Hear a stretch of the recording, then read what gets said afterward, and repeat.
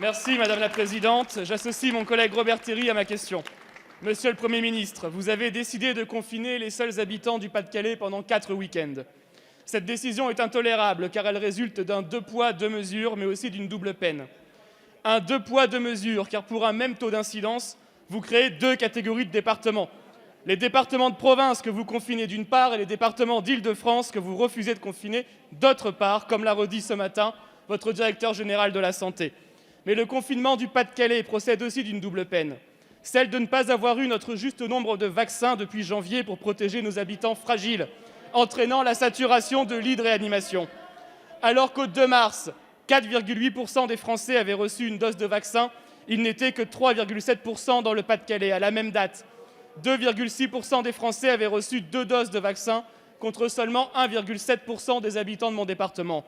Cette situation est d'autant plus inacceptable que le Pas-de-Calais est la porte d'entrée du Royaume-Uni en Europe et aurait dû, à ce titre, bénéficier d'une attention particulière en raison de la propagation du variant britannique. Vous êtes sourd, Monsieur le Premier ministre, aux demandes légitimes des élus locaux et nationaux du Pas-de-Calais, qui réclament depuis des mois des vaccins. Et aujourd'hui, ce sont nos concitoyens qui payent le prix de votre incurie, qu'ils soient en réanimation ou privés de leur liberté. Que vous ont fait les habitants du Pas-de-Calais pour que vous leur fassiez subir ce deux poids, deux mesures et cette double peine? Merci, cher collègue. La parole est à Monsieur Adrien Taquet, secrétaire d'État chargé de l'enfance et des familles. Merci Madame la Présidente, Mesdames et Messieurs les députés, Monsieur le député Dumont. Le Pas-de-Calais est avant tout un département qui, comme tous les autres départements de France, souffre de cette épidémie, compte des familles endeuillées, de nombreux soignants mobilisés et des millions de citoyens qui sont engagés dans la lutte contre celle-ci. Pas-de-Calais est aussi devenu un département plus touché que les autres, monsieur le député. Vous le savez, notamment au niveau hospitalier, pour lequel des mesures fortes devaient être prises, comme dans les Alpes-Maritimes par exemple, comme partout ailleurs où cela sera nécessaire. Le virus circule très activement dans le département. Le taux d'incidence a connu une augmentation exponentielle, était de 406 cas pour 100 000 habitants sur la période du 22 au 28 février 2021. Le taux de positivité a lui aussi fortement augmenté pour dépasser les 10% et la tension hospitalière est particulièrement forte puisque près de 90% des places en réanimation est occupée. Face à ces constats, le gouvernement a décidé, en lien étroit avec les élus, contrairement à ce que vous sous-entendez, de mesures renforcées qui ont été annoncées jeudi dernier avec un premier confinement dès le week-end dernier.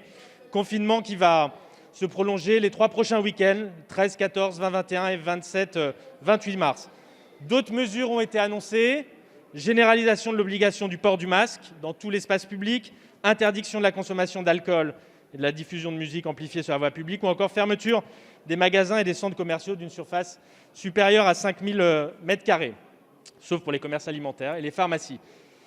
Le préfet du Pas-de-Calais a également rappelé que le télétravail devait être généralisé et a annoncé un certain nombre d'autres mesures. S'agissant de la vaccination, qui était le dernier point de votre intervention, car il faut agir sur tous les fronts possibles, évidemment. Vous savez que dans le département du Pas-de-Calais, la mobilisation des centres de vaccination est très forte.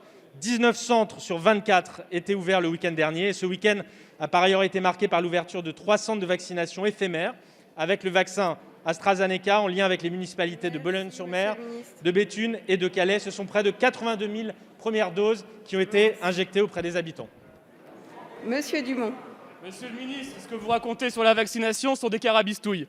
Au 2 mars, le Pas-de-Calais avait un retard de 17 000 premières injections et de 12 000 secondes injections sur la moyenne nationale.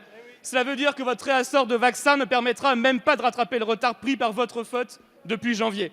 Les habitants du Pas-de-Calais demandent 3 mesures fortes. 1. Des vaccins, pas pour rattraper le retard, mais pour prendre de l'avance sur l'épidémie. 2. La fin du deux poids, deux mesures entre Paris et la province. 3. La possibilité de déroger temporairement au couvre-feu à 18 h pour faire ses courses afin de mieux lisser les jauges dans les magasins alimentaires et limiter la propagation de l'épidémie. Êtes-vous prêt à répondre positivement à ces 3 attentes légitimes des habitants du Pas-de-Calais ?